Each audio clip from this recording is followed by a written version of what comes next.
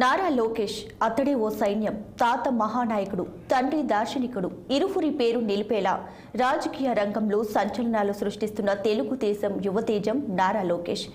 ఎండైనా వానైనా చల్లైనా వడగాలైనా 226 రోజుల పాటు 3132 కిలోమీటర్లు యువగలం పాదయాత్రతో పల్లె పల్లెకు చేరారు నారా లోకేష్.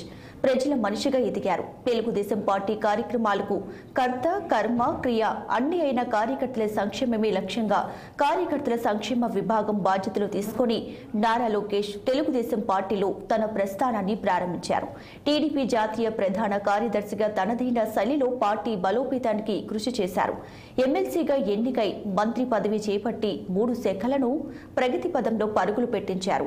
ప్రత్యక్ష రాజకీయాల్లో మంగళగిరి నియోజకవర్గం నుంచి 2019లో పోటీ చేసి 5,000 పైచిలక ఓట్ల తేడాతో ఓడిపోయారు. ఓడిపోయినా నియోజకవర్గాన్ని వీడిపోలేదు. ఓడిన చోటే గెలవాలనే పట్టుదలతో పనిచేశారు. మంగళగిరి నియోజకవర్గంలో ప్రజలకు చేరువై సొంత నిధులతో 29 సంక్షేమ పథకాలు అమలు చేస్తున్నారు. ప్రజల హృదయాలే కాదు, నియోజకవర్గంలో కూడా అత్యధిక మెజార్టీతో గెలిచి చరిత్ర సృష్టించారు.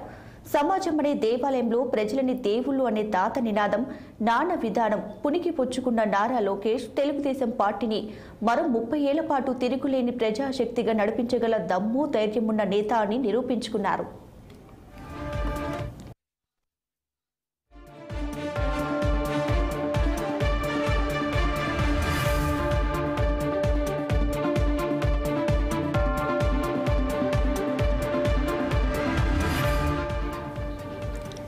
నారా చంద్రబాబు నాయుడు భువనేశ్వరి దంపతులకు 1983 జనవరి 23న లోకేష్ జన్మించారు. నాన్నది నారావారిపల్లె, అమ్మది నిమ్మకూరు. బాల్యమంతా హైదరాబాద్లోనే గడిచింది. భారతీయ విద్యా భవన్స్ పబ్లిక్ స్కూల్ విద్యాశ్రమంలో ప్రాథమిక విద్యాభ్యాసం పూర్తి చేశారు. Intermediate little flower junior college ఇక హైదరాబాద్లో కంప్లీట్ అయింది. అమెరికాలోని స్టాన్ఫోర్డ్ యూనివర్సిటీలో ఎంబీఏ చేశారు. అమెరికాలో కార్నెగీ మెల్లన్ యూనివర్సిటీలో BSc management information system degree పొందారు. హెరిటేజ్ ఫుడ్స్ వైస్ ప్రెసిడెంట్గా, హెరిటేజ్ ఫిన్లీస్ లిమిటెడ్ నాన్ ఎగ్జిక్యూటివ్ డైరెక్టర్గా పనిచేశారు. వరల్డ్ బ్యాంక్ మద్దతుతో వివిధ దేశాలలో అమలయ్యే capacity building projects, e governance, connectivity solutions అంశాలలో ప్రాజెక్టు మేనేజర్గా 2004 నుంచి 2006 మధ్య పనిచేసిన నారా లోకేష్ ఆ తర్వాత స్వదేశానికి చేరుకున్నారు. 2013లో పూర్తి స్థాయి రాజకీయ రంగ ప్రవేశం చేసి 2014 టీడీపీ అధికారంలోకి రావడంలో కీలక పాత్ర వహించారు. 2024లో టీడీపీ కూటమి అధికారంలోకి రావడంతో నారా లోకేష్ పోషించిన పాత్ర ఎనలేనిది. మంగళగిరి నియోజకవర్గం ఎమ్మెల్యేగా ఎన్నికై 39 ఏళ్లుగా అందని నియోజకవర్గంపై టీడీపీ జెండా ఎగురవేశారు. సభ్యత్వాల ద్వారా ప్రమాద బీమా, కార్యకర్తల సంక్షేమ నిధి ఏర్పాటు చేసిన నారా లోకేష్ ఎన్టీఆర్ ట్రస్ట్ ద్వారా విద్య, వైద్య సేవలు అందిస్తున్నారు. టీడీపీ నాయకత్వ శిక్షణ శిబిరాల ద్వారా 25,000 మంది యువ నాయకుల్ని తయారు చేసిన కార్యక్రమ రూపకర్త కూడా నారా లోకేష్ కావడం విశేషం.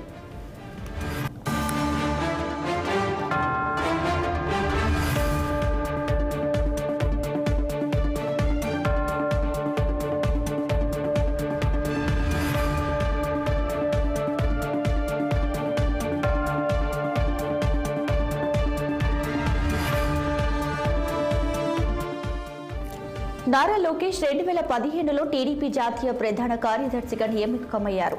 2018లో కూడా ఎమ్మెల్సీగా ఎన్నికయ్యారు. ఇక 2018లో ఐటీ, ఎలక్ట్రానిక్స్, పంచాయతీరాజ్, గ్రామీణాభివృద్ధి శాఖల మంత్రిగా బాధ్యతలు చేపట్టారు.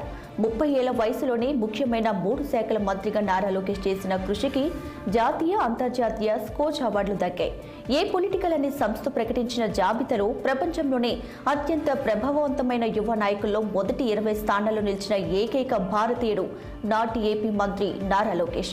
ప్రభుత్వ కార్యక్రమాల అమలులో వినూత్న ఆలోచనలు, పాలనలో టెక్నాలజీ వినియోగం, ప్రజలకు మెరుగైన సదుపాయాలు కల్పించడంపై నారా లోకేష్కి ఎస్ఆర్ నాథన్ ఫెలోషిప్ ప్రకటించింది సింగపూర్ ఫారిన్ అఫైర్స్ మినిస్ట్రీ. ప్రజల కోసం, రాష్ట్ర ప్రగతి కోసం ఆహారం శ్రమిస్తున్న తెలుగుదేశం పార్టీ యువతేజం నారా లోకేష్. స్వచ్ఛ రాజకీయాలకు బ్రాండ్ అంబాసిడర్ అనడంలో ఎటువంటి సందేహం లేదు. అభివృద్ధి, సంక్షేమం, ఉపాధి కల్పన, విద్య, వైద్య, మౌలిక పారిశ్రామిక, వ్యవసాయ రంగాలపై స్పష్టమైన విజయంతో ఉన్న నారా లోకేష్ తాతకు తగ్గ మనవడు, తండ్రిని మించే తనయుడుగా ప్రజల మన్ననలు అందుకుంటున్నారు.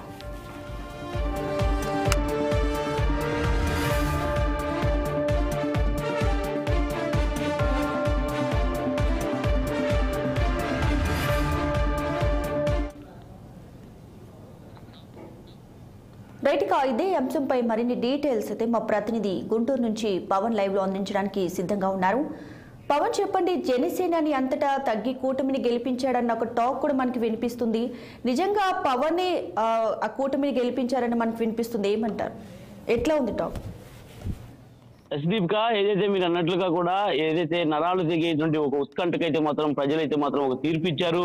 ప్రజా తీర్పుని అయితే మాత్రం వెలువరించినటువంటి నేపథ్యంలో ప్రధానంగా చూసుకుంటే టీడీపీ జాతీయ ప్రధాన కార్యదర్శి నారా లోకేష్ సంబంధించినటువంటి అంశాన్ని ప్రధానంగా తీసుకోవచ్చు.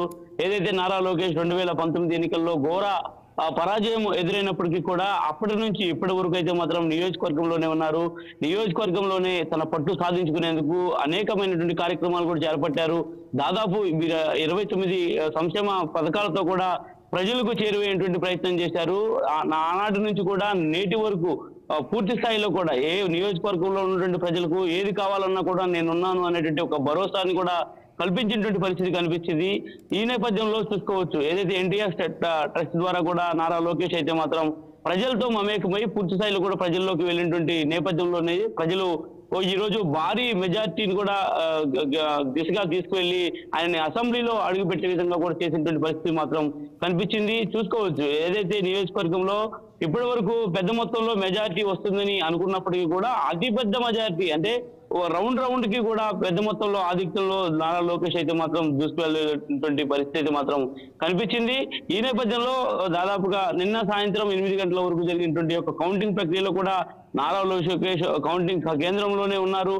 ఉండి ఎప్పటికప్పుడు అక్కడ ఉన్నటువంటి పరిస్థితిని సమీక్షించి తనకు ప్రజలు పట్టం కట్టినటువంటి యొక్క అనంతరం కూడా బాధ్యత పెరిగింది, నియోజకవర్గానికి ఇంకా మరిన్ని సేవలు చేయాల్సినటువంటి అవసరం తనపైన ఉంది అని చెప్పి కూడా నారా లోకేష్ మాట్లాడినటువంటి పరిస్థితులు కూడా కనిపించాయి. అంతేకాకుండా గతంలో కూడా ఆయన ఏదైతే 2014లో తెలుగుదేశం పార్టీ అధికారంలో ఉన్నటువంటి హయాంలో కూడా ఐటీ పంచాయతీరాజ్ సంబంధించినటువంటి ప్రధాన శాఖలను కూడా ముందుకు తీసుకెళ్లినటువంటి యువనేతగా మంచి గుర్తింపు పేరు పొందారు. అంతేకాకుండా ఇటు రాష్ట్రంలో పాదయాత్ర పేరుతో కూడా పెద్ద మొత్తంలో ప్రజల్లోకి తీసుకెళ్లడమే కాకుండా యువతని ఉత్తేజపరిచినటువంటి దానిలో కూడా ముఖ్యంగా నారా లోకేష్ అయితే ముందున్నారని చెప్పాలి. ఎందుకంటే చూడొచ్చు, ఏదైతే చంద్రబాబు సంబంధించినటువంటి టీడీపీ అధినేత చంద్రబాబు జైల్లో ఉన్నప్పటికీ కూడా పూర్తి స్థాయిలో కూడా పార్టీ క్యాడర్ని మొత్తం సమాయత్తం చేసుకుంటూ జనసేనాని అధినేత పవన్ కళ్యాణ్ తో కూడా కలిసి ముందుకు వెళ్లి ఈరోజు రాష్ట్రంలో ఒక ప్రభంజనం, ఒక సునామీని సృష్టించే విధంగా కూడా ముందుకు తీసుకెళ్లినటువంటి పరిస్థితులు కూడా కనిపిస్తా ఉన్నాయి. దాదాపుగా చూసుకోవచ్చు, ఏదైతే రాజమండ్రి జైలు దగ్గర నుంచి కూడా ఇప్పటి వరకు పూర్తి స్థాయిలో కూడా తెలుగుదేశం పార్టీకి జనసేన పార్టీకి సంబంధించినటువంటి అంశాలపై కూడా ఎప్పటికప్పుడు క్రియాశీలకంగా నారా లోకేష్ అయితే మాత్రం ప్రధాన పాత్ర పోషించడమే కాకుండా ఎప్పటికప్పుడు తండ్రి అడుగుజాడల్లో నడుస్తా ఉన్నారు. పార్టీలకు సంబంధించినటువంటి అంశాలపై క్యాడర్ ని సమాయత్తం చేశారు. అదేవిధంగా ప్రతి నియోజకవర్గంలో పర్యటించారు. అంతేకాకుండా నియోజకవర్గంలో తమ అవసరాలు ఏమేమి ఉన్నాయో వాటిని గుర్తించి వాటి సంబంధించినటువంటి ప్రజలతో ఆ విషయాలను కూడా పాలు పంచుకున్నారు.